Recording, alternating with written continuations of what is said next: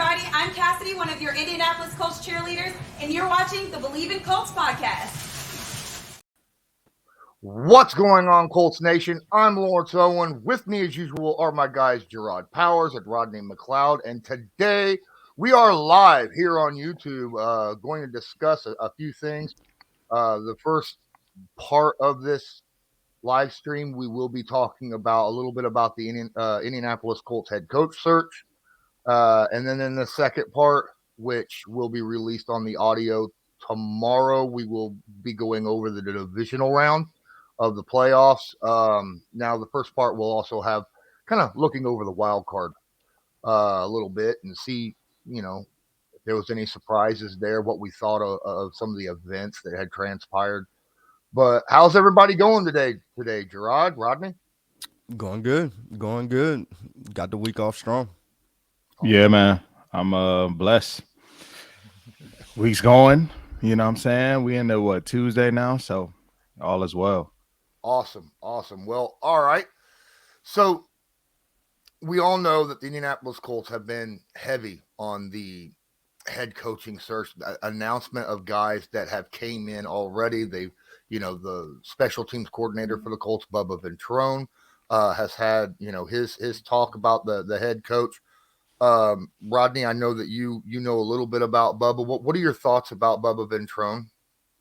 Yeah, Bubba's a real good coach. As you know, I think a lot of you guys have heard on the outside, but internally, man, we all think very highly of Bubba. Understanding his background, being a former player, special teams guru, man. He shows us a lot of his clips. Have a lot of respect for him. We actually crossed paths while I was playing, so that shows my age a little bit. But no, overall, he's a great coach, man. He teaches the game nonstop. He holds guys to the highest standard, and he holds accountability close to his heart. And so he demands the most out of us. I think he gets the best out of his players, and that's what you see.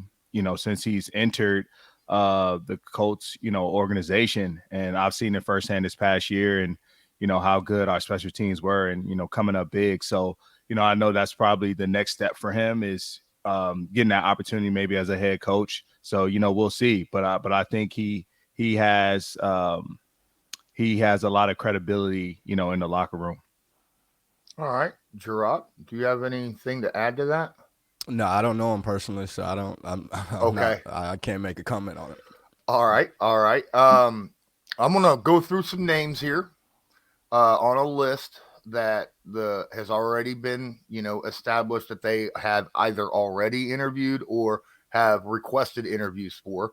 And if you know the person or have any thoughts about them at all, feel free to stop me and go ahead and say what you would like to say about it. The Lions defensive coordinator, Alan Glenn. They've also got the Lions offensive coordinator, Ben Johnson, which a lot of Colts fans are very, intrigued by that, being how the Lions offense has looked this past season. Raheem Morris, the Rams defensive coordinator. The Broncos defensive coordinator, which is very difficult. I do not know how to pronounce it. I am sorry. Evero, I assume, is his last name. Chiefs offensive coordinator, Eric Bieniemy. Anyone have anything to say about Eric or your thoughts about, maybe why he hasn't been hired as a head coach or anything? Because he's had a lot of interviews over the last few years and has yet to get, I assume, an offer. Yeah, I mean, his name's been coming up the last few years, just as the, hot next coach in waiting and all that, I guess the terms that come with the new coaching. But I mean, if he gets a shot, I mean, offensively, you should feel very confident in him coming in and being able to fix some of the problems that we had offensively, whether it's with scheme or just his knowledge himself. I mean, he's been very successful as offensive coordinator, him under Andy Reid. And I mean, everybody knows how good of a coach Andy Reid is from his days in Philly and now, at Kansas City and the run that they're on. So him if he was the guy to get the job and he bringing some of that juice to Indy and that flavor to Indy, I mean, that would be exciting to see. But everybody, we don't know what's going on in these interviews that's making him not, get certain jobs over the past few years. So maybe it's some up with that or whatever the case may be. But he's definitely been a hot name when it comes to the coaching search, not just for Indy, but anybody that's looking for a head coach. I think his name is definitely going to be mentioned. Absolutely. I just want to drop in here real quick and remind everybody that BetOnline remains your number one source for all your sports betting this season. Everything from the NFL and the bowl season to esports. You'll always find the latest odds, team up, matchup info, player news, and game trends at BetOnline. BetOnline features live betting, free contests, live scores for almost any sport or game imaginable. We're the fastest and easiest way to bet on all your favorite leagues and events. Head to betonline.ag to join and receive your 50% welcome bonus on your first deposit. Make sure to use that promo code BLEAV, that's BLEAV, to receive your rewards. BetOnline, where the game starts. We got a couple guys left to go over real quick with the head coaching search. Obviously, the Rams defensive coordinator has a bevy of requests that has filed in. DeMeco Ryans, his name has been around all over the place this last couple years, actually, and that's Tampa, right? 49ers. Yeah. 49ers.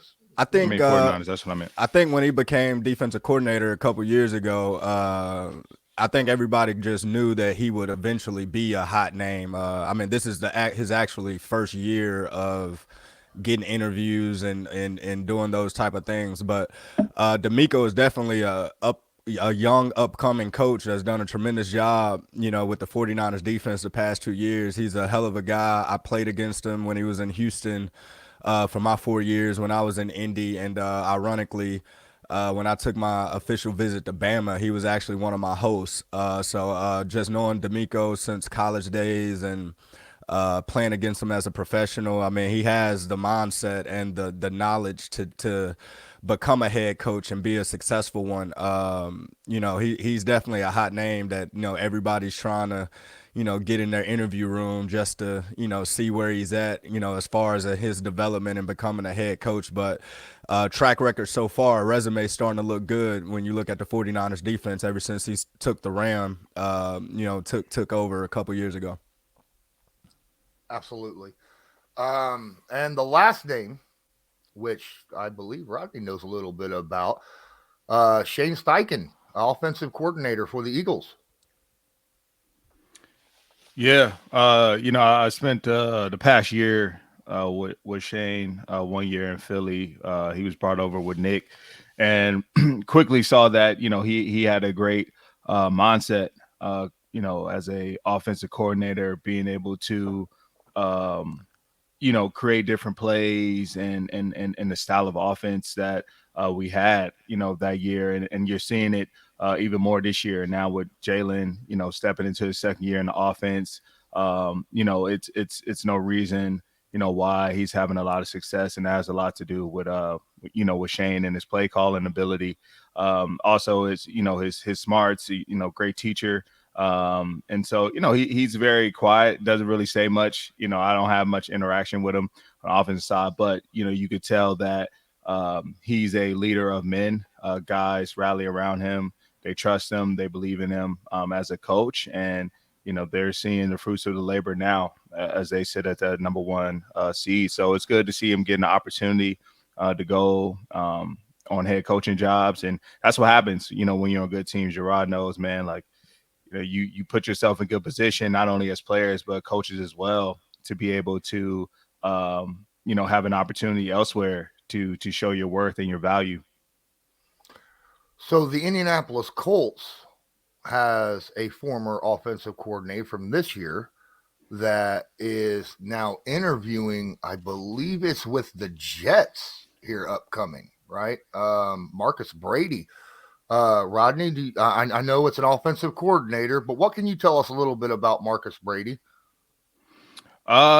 Like, honestly, the same thing. It's it's hard when you're on the other side of the ball. Mm-hmm. But what I know is, he was a great coach. He obviously ended a little early for him here, unfortunately. But just over time, I know he had a respect from a lot of guys offensively. Guys were sad to see him go, and so I'm glad to see that he has interest still, in this league, and that shows his character. That shows his football IQ and who he is as a leader. And so glad to see him have an opportunity. I think he was, with Philly for a second once he left us. So it'd be good to see him get another opportunity to coach. Absolutely. So it came out. I don't know how accurate this is, but from what I'm understanding, the New Orleans Saints put out that, as many people know, Sean Peyton is still, the Saints still have the rights to Sean Peyton, and they have put out a thing where if you want Sean Peyton, from what I'm understanding, they want a late first to an early second round pick in order to give up the rights to him. Is that something that a team would do? Is give up like high end picks for a coach? Yeah, if it's worth it. I mean, it's all about the value that you're placing on guys that's coming into your organization. I mean, when you talk about Sean Payton, I mean, he's a proven coach in this league. He's one of the best coaches in the league when he was, actually coaching. So, for him to, I mean, for the Saints to still own his rights and everybody still have to go through the Saints to even get permission to interview him and do all those type of things. I mean, it's a business at the end of the day. So if the Saints, wanted to be a-holes about it, I'm pretty sure, I mean, they could just stop what they're, doing and make Sean Payton have to come back to the Saints if he really wanted to coach. But if you're going to let a great coach, probably a future Hall of Famer type coach, leave your organization, you're going to want something in return. You're just not going to let, somebody of that value just walk away. Okay. All right. So this past weekend was wild card weekend, and I don't know, I got all the games right, or at least the victors. That was kind of odd. I didn't expect that. What's really strange is the NFC. It looks like it's the NFC East versus the San Francisco 49ers. Right. I mean, my goodness. I don't think I've ever seen that where in the divisional round 3 of the 4 teams are in the same division. Let's go over some of the games that we saw this past weekend, especially, some of the very, very good games. We just got done talking about DeMeco Ryans and the San Francisco 49ers, 41-23 over the Seahawks. Either of you have anything to say about that game?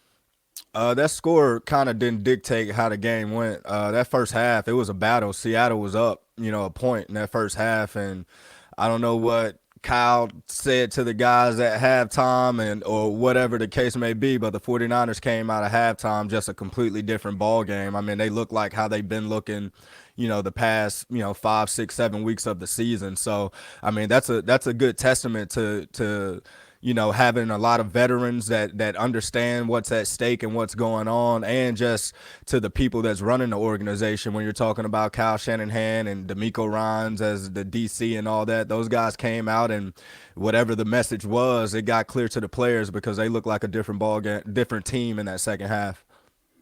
Yeah, I agree. I think, in the second half, you really saw what we were accustomed to seeing from the 49ers throughout the year is, dominating defense. I think they struggled in the first half and being able to stop Seattle, which was very surprising. But, you got to give credit to Pete Carroll and Geno Smith and the rest of those guys. DK Metcalf was having a great first half as well. So they answered the bell when they needed to. But I really, think it was the rookie quarterback, right? Stepping into his first playoff game, probably a lot of nervousness going on. And so I think, once the dust kind of settled, He got that first half out of his system. He came back second half and looked, really like a veteran out there. He really took command. They put the ball in Christian McCaffrey's hands, Deebo Samuel, the guys who they need, and it was effective. We'll get to the comments here in just a moment. If you have any questions or comments for myself, Gerard, or Rodney, feel free to drop them in the chat. We're just going over the wild card right now, talking about a game that does not reflect the score. Chargers, Jaguars, 30-31. What? That is not what it looked like at halftime. I'll tell you that much, right? Yeah, that was a fun game to watch. I mean, seeing the Chargers jump out the way that they jumped out, you knew Jacksonville was going to settle in, though. I mean, guys that kind of been in those type of situations and those type of games, the way that the Chargers jumped out of there, it was just mistakes by Jacksonville. I mean, it wasn't like the Chargers was just beating them in every aspect. Jacksonville was kind of hurting themselves, and then once they settled in, and man, I like Jacksonville's defense, man. I mean, if you take away those 4 interceptions Trevor Lawrence throws, I think Jacksonville holds the Chargers to 14 points or under. I mean, because when you're up by that much, every point matters going forward. So it's almost like, man, we can't give up a field goal, we can't give up anything, and it's just a testament to Jacksonville's defense that you get down 24-0 or whatever the score was, and you keep it there and give your offense more opportunities and more time to kind of catch back up, and that's what happened. And then once that momentum shifted, you saw the pressure on the Chargers, like, hey, like you saw that defense take the field, like we have to get a stop. Like it wasn't the same aggressive play that we saw in that first quarter and that second quarter from that Chargers defense. Was almost just like, man, somebody please, stop the bleeding a little bit. And Jacksonville just rode that momentum, and a testament to Doug Peterson and his staff, man. I mean, I think y'all call him Dougie P. Rodney, was that his nickname? Dougie P. Yeah, I mean, Dougie P. earned a lot of. I mean, he already had respect. I mean, it's a Super Bowl winning coach, I think. But when you're on that national spotlight in that situation, and just as a player that might be going into free agency, a player that might be on the cusp of being on a new team, you see that type of energy and that type of coaching and that type of play. I'm pretty sure it's going to be some interesting people trying to get to Jacksonville this offseason. Yeah, man, the free agent acquisitions came into play, came up huge. Dougie P leading the troops. Hiring him was the first step, and then going out and getting guys like Evan Ingram, Christian Kirk, Zay Jones. They all stepped up, man. All three of them. Yep. In meaningful ways, and they've done that since they've been on this run. And that's why I picked them, honestly. Last week I made that decision because I felt like they've been in that playoff mode for all of December. Yeah, like, what I'm saying? And they're dangerous. And then they're at home as well. The Chargers are a good team, but they're not physical. I like you said, I like Jacksonville's defense and the physicality that they play with. It was a surprise to see how quickly they were down in that game. It just looked very uncharacteristic of them. But on the other side, you have one of your best players, who kind of really gave Jacksonville life. With Bosa having those 2 penalties, man, very timely in which they happened. And so every little thing matters in the playoffs. You never know the effects of it, you overlook it, in the regular season. But man, games like this, come down to those last few, game of inches, literally. Yeah. And, you just think if one of those, he just is level-headed, a little more level-headed, then, maybe it's a different outcome and the Chargers move on.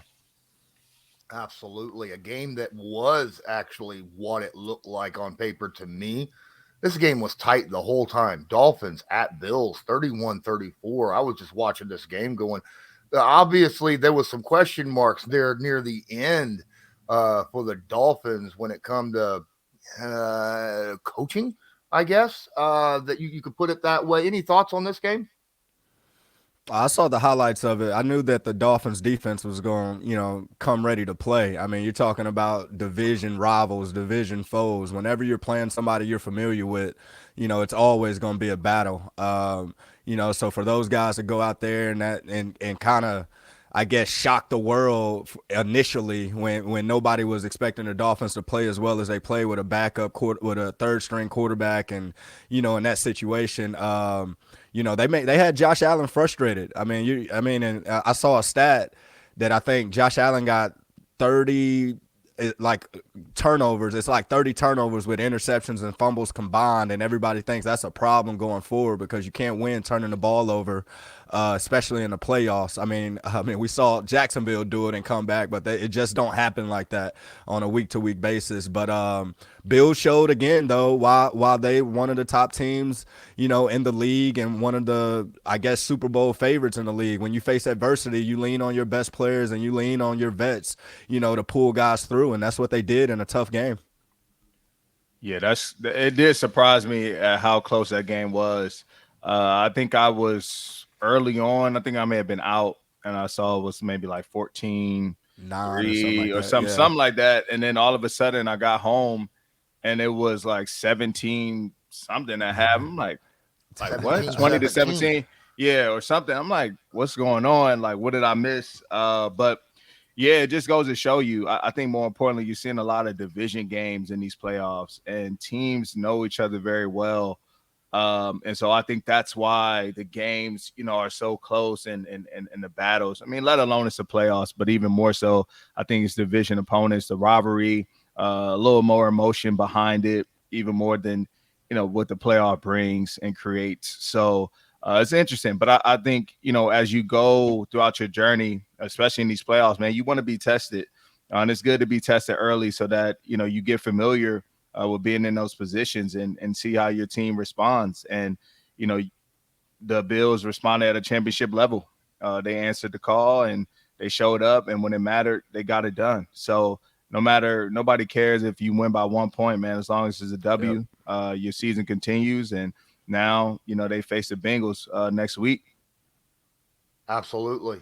Now, again, we're going to get over to the NFC side real quick. As the middle game on Sunday happened, Daniel Jones has really came into his own this year. I really feel like he's stepped in and become that guy that the Giants had been hoping he was going to be when he was drafted. He had himself a heck of a game against the Vikings.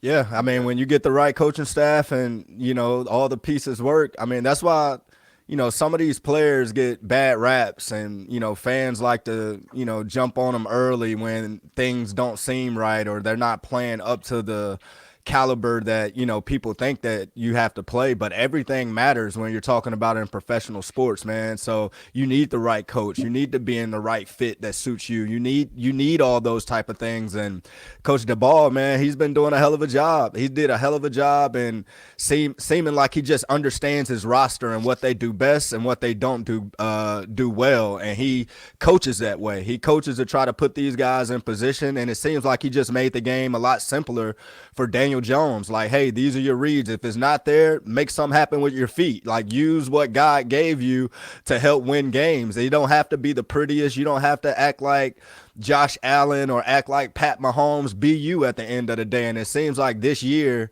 he is just being like the true. I don't know. It just seems like he's being true to himself and the attributes and what he can bring to the table. And it's working for these guys. They're a dangerous team to play in the playoffs because, I mean, they're looking at it like we don't have anything to lose. Everybody's been writing us off the past few years. Everybody has this perception about the Giants and, and all that. And then when you get on the field and play against these guys, you're like, oh, my God, like these guys can really play. This is a really damn good football team. Yeah, you got to tip your hat to coaching and the culture that they've created there. And even more so, the players have they believe and they bought in, and you can see their style of that they play with and their identity, and they're used to the close games. And I had a feeling that it would be a one possession game. something along those lines. But I really felt as though Minnesota would probably be in control. But you saw the opposite. You saw the Giants in control from, start to finish. And it was pretty dominating to me on both sides. It was hard to not notice 8. Daniel Jones really took control. I know it was like one series. I'm like, man, he is just doing whatever he wants. You know what I'm saying? Whether it's hitting the open receiver in stride, you know what I'm saying? They send a blitz, he's finding the right guy, or, he's doing it with his legs. And the teams who have the most success, it comes down to quarterback play. And so if he can continue to play at this level, they'll have a good chance next week, when they go up to Philly, man, for a division opponent. Absolutely. We're going to get through these last 2 games really quick since you got to leave here in just a couple minutes. Did that fumble return by Tyler Huntley put this game in the bag for the Bengals? It was a wrap. He thought he was Trevor Lawrence, man. You had to understand where you are. And what was interesting about that play is, and I think the announcers pointed it out, you have guys pushing him from behind, which, is you see that from Philly all the time and a lot of teams. But I think, Huntley did his own thing and he decided to jump. And, it cost him big, man. Like that was the game literally right there. And I feel bad for the Ravens and Huntley as well, because I felt like they played well enough to win. But they definitely did. They definitely played well enough to win. And I feel for Huntley, because I feel like, as a player, at certain moments that come to where you feel like, hey, I gotta make a play. Instead of just doing what you've been coached to do, the routine quarterback sneak play, I think he was just thinking like, man, I just have to make a play. It's been a lot that whole week, the talk about, hey, Lamar's not going to play, backup quarterback, they can't do this, they can't do that, and he's in the mindset of trying to prove people wrong as well, and he was playing a hell of a game. But I think he just didn't realize, it was on the 2-yard line.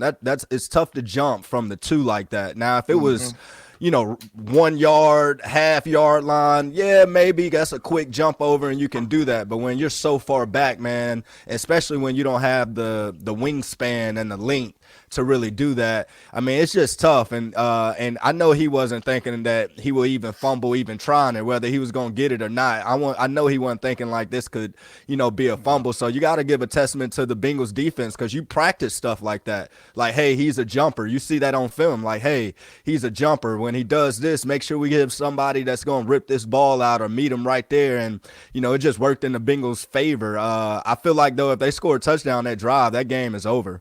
I mean, it just seems like the Ravens defense had they were playing everything top down. They were giving up the short stuff. Bengals couldn't really get anything down the field. And I feel like they had a good feel of what the Bengals was trying to attack them. And, this one of the first times this year, the Bengals defense saved the offense, and they come out with the victory. Yeah, man. Shout out to the defense, for coming up big on that play, because, some teams, defenses, you could easily pack it in and be like, man, they're going to score. We're going to move on. But, not only did they get to stop, but they got the turnover plus the touchdown. So, defend every blade, of grass. Yes, sir. Absolutely. Last game, Cowboys completely obliterated Tom Brady and the Tampa Bay Buccaneers. This was a pretty one-sided game from the get-go, and the Cowboys, for the first time in a while, look like they actually belong in the playoffs. And what happened in this game? What's going on in this game from your guys' point of views? I mean, Tampa, it was the same. My fault, Rodney. Yes, I mean, it's just what we've been seeing from Tampa all year. I mean, nothing changed. I mean, Tampa's been playing like this all year. I was kind of expecting Dallas to come out with this type of energy, this type of fight, focus, ready to go. I mean, they know what's at stake. Dallas have had a great year this year. And they knew on paper that, they should dominate this game. Whatever Tampa's issues was as far as the communication with the wide receivers, Tom, and this, maybe it goes back to training camp in the summer when, Tom missed a lot of it, took 2 weeks off from training camp and all that type of stuff. I mean, just Tampa's season did not start the way that, how you traditionally supposed to start a season in the off season. When your main quarterback is retired, coming back, then he's not there for 2 weeks. He got this going on at home or that. You miss some of the stuff that helps you win the games in December and January and stuff like that. So whatever those issues were, it came back and bit him because, it was exactly what we saw from Tampa the week before and the week before that. And Dallas, they improved from the week before. Dak looked like he's got his mojo back going, and he was out there playing a hell of a game. Yeah, that was a huge confidence booster for Dallas, being able to go on the road, win a playoff game. How long is 90s since they won a playoff road? And I didn't know that victory. When they said that. That was wild. I was like, dang, since 94? Yeah, it is, man. And so I think that does a lot for that team. It gives them a sense of confidence and belief in one another, but more importantly in Dak. The way he played, he played lights out versus a Hall of Fame quarterback on the other side that many fear and know, what type of player Tom Brady is in the playoffs. So, I thought Tampa would have a better performance than what they did, but Gerard said it, man. They showed they didn't get away from who they've been all year. They struggled offensively all year, and defensively it's hard to withstand and hold up, when the offense constantly is going 3 and out or not moving the ball in which ways that you're accustomed to seeing. So shout out to Dallas, man. They played great in all 3 phases. On the road, like you said, on the road too. It's tough to win on the road regardless who you're playing. Oh yeah, definitely. So real quick before you end up going, Rodney Dibbins says the Cowboys will blow it. Don't worry. Jason David says Cowboys and Bills Super Bowl. He's got the Bills winning. And DS Goodbar says from the beginning of the season, I said it's going to be Eagles-Bills, so I have to stick with it. Rodney, who you got right now for the Super Bowl? Super Bowl. I got the Bills coming out the AFC, and it's coming down to the Eagles and the 49ers. That's going to be a hell of a game. I'm calling it. Man. I think it might be Philly might be going back, man. It might be going back. Okay. All right. I understand there is a lot of questions in the chat about whether or not Rodney's coming back or not to play in the NFL or to the Colts in general. He's already stated in the past he needs some time to sit around with his family, right? Yes, sir. Oh, okay. All right, so I'm sure we'll hear something from Rodney at some point during this offseason, but right now, Rodney, appreciate you taking that little bit of time that you had to come on with Gerard and I and do a little bit of a live stream. Gerard and I is going to stay for the second half, but I know that you got a meeting to get to, so thank you so much. All right, y'all hold it down, fellas. See y'all next week. I'm Lawrence Owen. That was Gerard Powers, Rodney McLeod. This was Believe in Colts, brought to you by Bet Online. And as usual, go Colts. Do you believe?